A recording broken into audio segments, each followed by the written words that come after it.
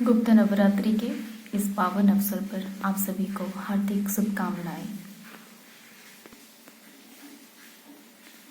नवरात्रि मुख्यतः बुराई पर अच्छाई की जीत है और हिंदू पंचांग के अनुसार नवरात्रि साल में 4 बार आती है। माघ नवरात्रि यानी कि गुप्त नवरात्रि जो कि जनवरी से फरवरी में आती है। चैत्र नवरात्रि यानी कि बसंत ऋतु में आती है।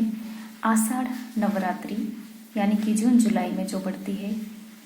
और शारदीय नवरात्रि जो कि सितंबर से अक्टूबर यानी कि अश्विन मास में पड़ती है। और इस बार ये नवरात्रि यानी कि आषाढ़ नवरात्रि जुलाई 15 से जुलाई 23 तक की इस 9 दिन को हम ये पवित्र गुप्त नवरात्रि के रूप से पालन करते हैं। गुप्त नवरात्रि मुख्य रूप से गुप्त सिद्धियों, तांत्रिक साधनाओं और माँ दुर्गा की 10 महाविद्याओं की आराधना के लिए मनाई जाती है। इन 9 दिनों में गोपनीयता के साथ व्यक्तिगत पूजा पाठ, मंत्र जाप और ध्यान किया जाता है ताकि आंतरिक ऊर्जा और आध्यात्मिक शक्तियों का जागृत किया जा सके। गुप्त नवरात्रि विशेषतः सन्यासियों और साधक जो 10 महाविद्याओं की पूजा करते हैं और 10 महाविद्याओं में है माँ काली, माँ तारा, माँ सुंदरी त्रिपुरा, माँ भुवनेश्वरी, माँ छिन्नमस्तिका, माँ त्रिपुर भैरवी, माँ धूमावती, माँ बगलामुखी, माँ मातंगी और माँ कमला। और जो गृहस्थ है वो माँ के 9 अवतार की पूजा कर सकती हैं, जैसे कि माँ शैलपुत्री, माँ ब्रह्मचारिणी, माँ चंद्रघंटा, माँ कुष्मांडा, माँ स्कंद माता, माँ कात्यायनी, माँ कालरात्रि, माँ महागौरी और माँ सिद्धिदात्री की पूजा करके उनकी विशेष कृपा प्राप्त कर सकती है। और आज इस 15 जुलाई में माँ की प्रथम ये नवरात्रि में हम माँ शैलपुत्री की पूजा करते हैं। तो आइए माँ शैलपुत्री के बारे में जानते हैं।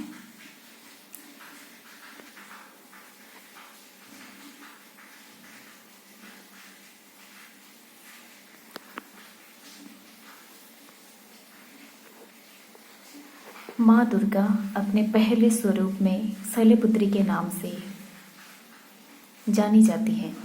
पर्वतराज हिमालय के वहाँ पुत्री के रूप में उत्पन्न होने के कारण इनका यह शैलपुत्री नाम पड़ा था।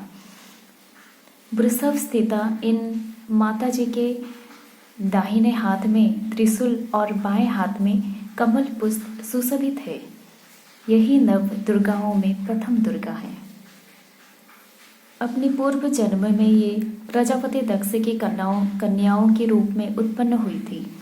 तब इनका नाम सती था। इनका विवाह भगवान शंकर जी से हुआ था।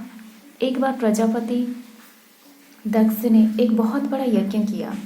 इसमें उन्होंने सारे देवताओं को अपना यज्ञ भाग प्राप्त करने के लिए निमंत्रित किया, किंतु शंकर जी को इन्होंने इस यज्ञ में निमंत्रित नहीं किया था। सती ने जब सुना कि हमारे पिता एक अत्यंत विशाल यज्ञ का अनुष्ठान कर रहे हैं, तब यहाँ जानने के लिए उनका मन विकल हो उठा। अब अपनी यह इच्छा उन्होंने शंकर जी को बताया। सारी बातों पर विचार करने के बाद उन्होंने कहा, प्रजापति दक्ष किसी कारणवशतः हमसे रुष्ट हैं।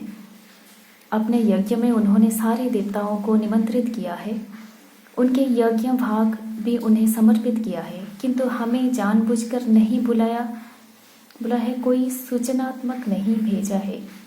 ऐसी स्थितियों में तुम्हारा वहां जाना किसी प्रकार भी श्रेयस्कर नहीं होगा। शंकर जी के इस उपदेश से सती का प्रबोध नहीं हुआ। पिता का यज्ञ देखने वहां जाकर माता और बहनों से मिलने के लिए उनकी व्यग्रता किसी प्रकार भी कम ना हो सकी। उनके प्रबल आग्रह देखकर भगवान शंकर जी ने उन्हें वहां जाने की अनुमति दे दी। सती के पिता के घर पहुंचकर देखा कि कोई भी उनसे आदर और प्रेम के साथ बातचीत नहीं कर रहा है। सारे लोग मुंह फेरते हुए केवल उनकी माताओं स्नेह से उन्हें गले लगाया। बहनों की बातों में व्यंग्य और उपहास के भाव भरे हुए थे।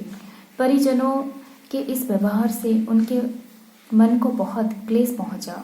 उन्होंने ये भी देखा कि वहां चतुर्दिक भगवान शंकर जी के प्रति तिरस्कार का भाव भरा हुआ है। दक्ष ने उनके प्रति कुछ अपमानजनक वचन भी कहे। यह सब देखकर सती का हृदय क्षोभ, ग्लानि और क्रोध से सप्तम हो उठा। उन्होंने सोचा, भगवान शंकर जी की बात न मान यहाँ आकर मैंने बहुत बड़ी गलती की है। वह अपने पति भगवान शंकर जी के इस अपमान को सह नहीं सकी। उन्होंने अपने इस रूप को तत्क्षण वही योग